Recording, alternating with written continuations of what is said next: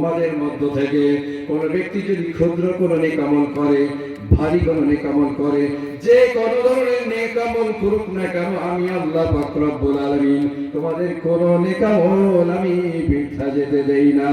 আওয়াজে বলি সুবহানাল্লাহ। বিফল করি না।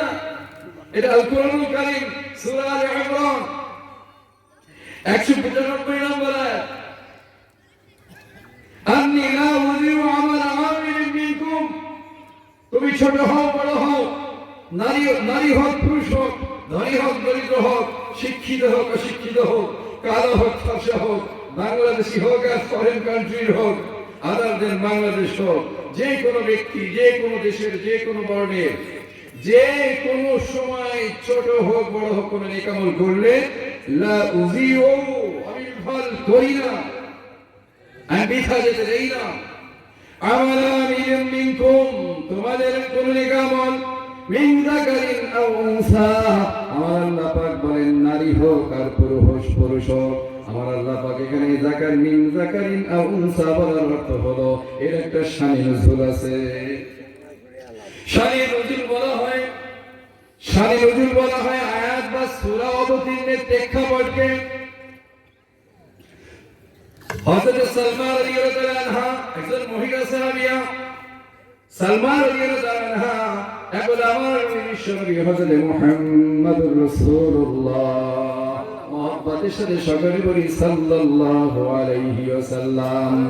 একজন মা একজন নারী, পর্দার অন্তরালের মা ও বোনেরা শুনে নেন, একজন নারী সাহাবিয়া আমার নবীর কাছে যে বললেন, নাম হলো সালমা রাদিয়াল্লাহু তাআলা আনহা, তিনি নবীর কাছে যে বললেন, ইয়া রাসূলুল্লাহ, পুরুষরা নেক আমল করলে, পুরুষরা জিহাদ করলে, পুরুষরা হিজরত করলে এদের ব্যাপারে বহু ফজিলতের কথা তো শোনা যায়।